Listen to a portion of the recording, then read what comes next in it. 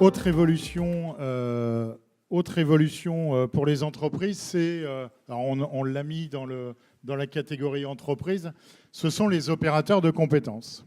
Donc aujourd'hui, il existe des OPCA, des OCTA, donc organismes paritaires collecteurs agréés, organismes paritaires collecteurs de la taxe, organismes de collecteurs de la taxe d'apprentissage, pardon.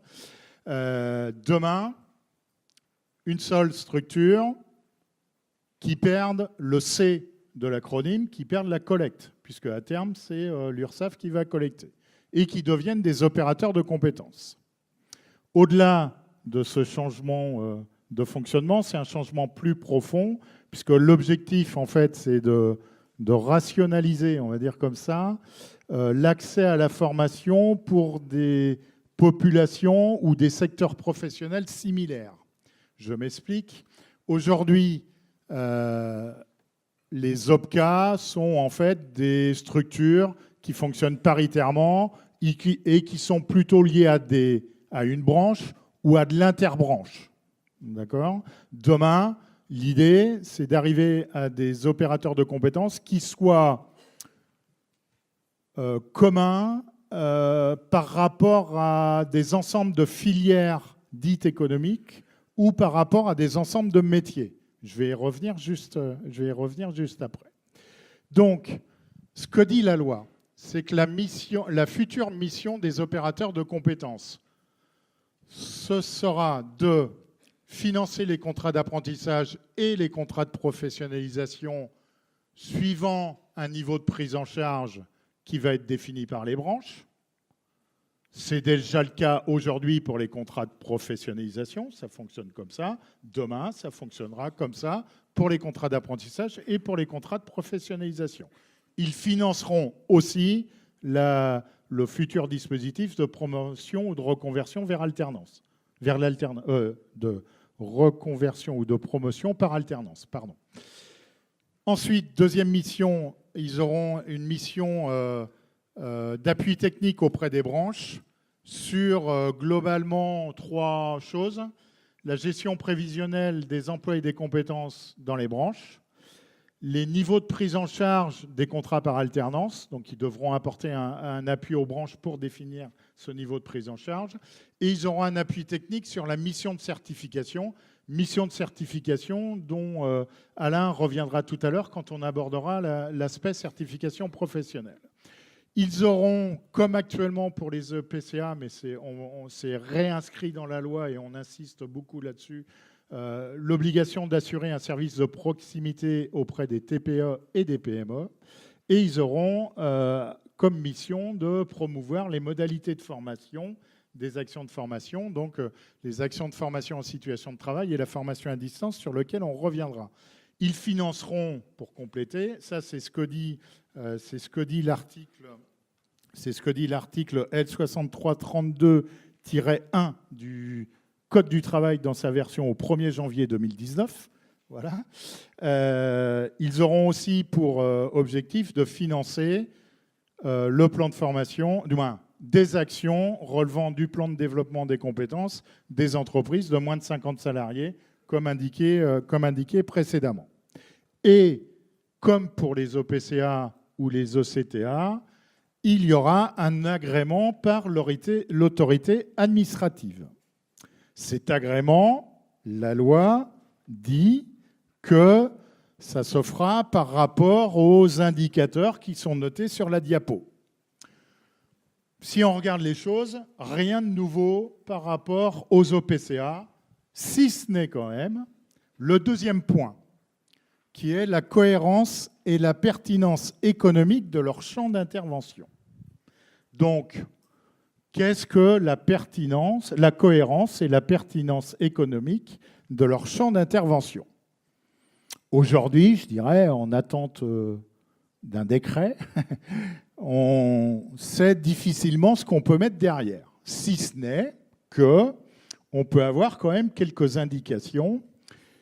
À la fin du printemps, début de l'été, je ne sais plus, je crois que c'était en mai de mémoire, il y a une mission qui a été confiée à M. Marx, qui est le tout nouveau, du moins le tout nouveau, qui est le nouveau haut commissaire pour le développement des compétences, et M. Bagorski, qui est président de l'AFREF, mais qui a une expérience de négociation, en particulier dans le cadre des accords nationaux interprofessionnels et en particulier dans celui de 2003 assez actif. Donc c'est quelqu'un qui connaît bien le dispositif de formation professionnelle. Donc il y a une mission qui a été confiée à ces deux personnes-là par la ministre du Travail qui consistait à réfléchir sur le périmètre que pourraient avoir ces futurs opérateurs de compétences. Ils ont rendu un rapport début du mois de septembre, de mémoire juste après que la loi soit promulguée. Je vous invite à regarder ce rapport-là. Il fait que 29 pages. Pour un rapport, c'est peu. Donc, je vous invite à le regarder. Et ils font des propositions qui risquent d'avoir une grosse influence sur la configuration des futurs opérateurs de compétences.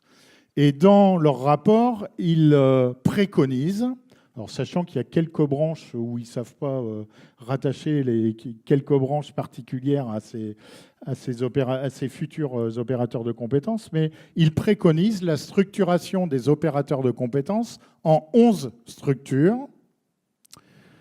Ces 11 structures, alors je vais prendre mon petit papier parce que je ne les connais pas par cœur. Ces 11 structures, c'est un opérateur de compétences autour du champ de l'agriculture et de la transformation alimentaire.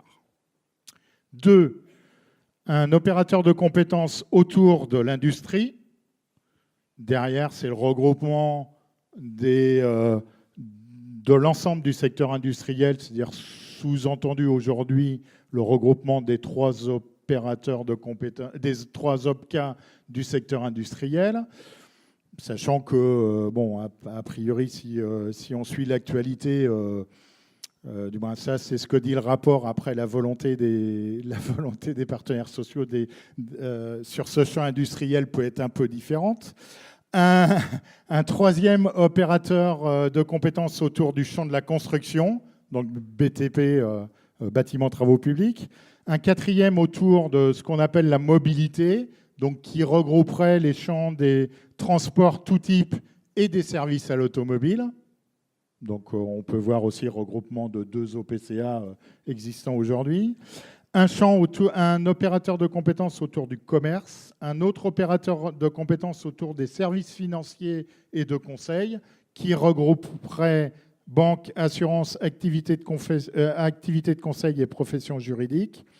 Un autre opérateur de compétences autour de la santé, avec une hypothèse qui est posée, qui est de regrouper l'ensemble des OPCA ou assimilés OPCA de l'ensemble du champ de la santé. Sous-entendu, c'est ANFH, l'Association nationale pour la formation des personnels hospitaliers qui dépend de la fonction publique, pourrait, tout ça c'est du conditionnel, intégrer ce futur opérateur de compétences et on aurait un ensemble de métiers cohérents ou un ensemble de prise en charge par rapport à la formation de ces métiers qui pourrait être cohérent. Un 8e autour de la culture et des médias, un 9e opérateur de compétences autour de la cohésion sociale qui regrouperait le champ social, l'insertion et le sport, un 10e opérateur de compétences autour des services de proximité et de l'artisanat qui pourrait regrouper donc l'artisanat, les professions libérales, l'hôtellerie, la restauration et le tourisme.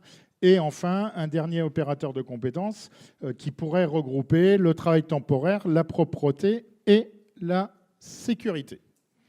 Voilà, donc en termes de calendrier, les OPCA et OCTA existent jusqu'au 31 décembre 2018. À partir du 1er janvier 2019, tous les opérateurs de compétences, tous les OPCA, tous les OPCA deviennent opérateurs de compétences. Au 1er avril 2019, Sous réserve qu'il y ait des accords de constitution des opérateurs de compétences, l'État, donc le ministère du Travail, devrait donner l'agrément aux futurs opérateurs de compétences. Et donc, les opérateurs de compétences, jusqu'au passage à la collecte aux URSSAF, assureront leur rôle d'opérateurs de compétences et le rôle de collecteur de la contribution unique et de la taxe d'apprentissage. Voilà pour les périodes de transition, sachant que, du moins comme on l'indiquait tout à l'heure, l'URSSAF prendra la main au plus tard en 2021, du moins normalement. Derrière l'idée de ces opérateurs de compétences, pourquoi on fait tout ça en fait ? Parce qu'on pense qu'aujourd'hui, le fait d'avoir 20 OPCA, mais avec des champs qui ne sont pas cohérents, aujourd'hui il y a des incohérences. Quand la poissonnerie, la branche poissonnerie et la branche boucherie ne sont pas ensemble, que les transports routiers sont avec les agences de voyage, enfin, encore ça. Il y a des incohérences. On pense que demain, il est plus intéressant d'avoir de bons prestataires de services aux entreprises et aux salariés des entreprises. Pour ça, il faut qu'ils soient moins nombreux pour pouvoir être mieux structurés, y compris pour pouvoir être mieux structurés dans la proximité territoriale, pour pouvoir être plus présents. 20 OPCA ne peuvent pas être présents dans toutes les régions françaises, mais 11 ou 10, oui. Ils peuvent l'être et on leur demandera d'être davantage dans une proximité. Pour avoir demain des observatoires de filières, de compétences qui soient pertinents, c'est quand même mieux, pour faire de la prospective, d'être sur des proximités de métiers.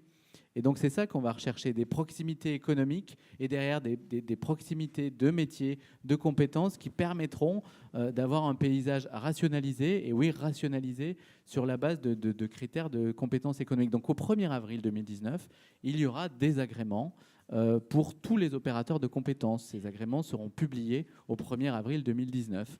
Et pour avoir ces nouveaux outils, chargé de l'appui aux branches, chargé de l'appui GPEC aux entreprises. Donc c'est un lourd travail de réflexion en cours pour les partenaires sociaux dans la période qui vient et nous d'analyse, d'instruction du 1er janvier 2019 au 1er avril 2019, sachant que les branches, il y en a plus de 700 qui n'auraient pas désigné d'opérateurs de compétences. Aujourd'hui, elles allaient à l'OPCA interprofessionnel, elles allaient à AGFOS ou Opcalia. Demain, non. Demain, l'État désignera dans quel opérateur de compétences elles devront aller. Donc, si les poissonniers ne veulent pas décider d'aller de leur propre chef, d'aller dans l'OPCA qui est le plus cohérent par rapport à leur activité, eh bien, l'État devra les questionner, on aura un échange avec eux, mais au final, on désignera, l'autorité administrative désignera branche par branche, pour les branches où il y aurait une carence, l'opérateur de compétences qui relève d'eux, pour que les entreprises sachent à qui elles ont affaire, pour financer leur contrat d'alternance, pour financer, pour avoir un appui conseil pour les entreprises de moins de 50 salariés. Voilà, il faut que derrière, le paysage soit clarifié. Et c'est ça une des difficultés de la transformation qui est en cours, c'est qu'il y a à la fois un changement dans les dispositifs, comme vous l'avez énoncé, mais aussi dans les outils et les structures qui mettent en œuvre ces dispositifs. C'est ce cumul qui est l'objet de beaucoup d'attention de notre part.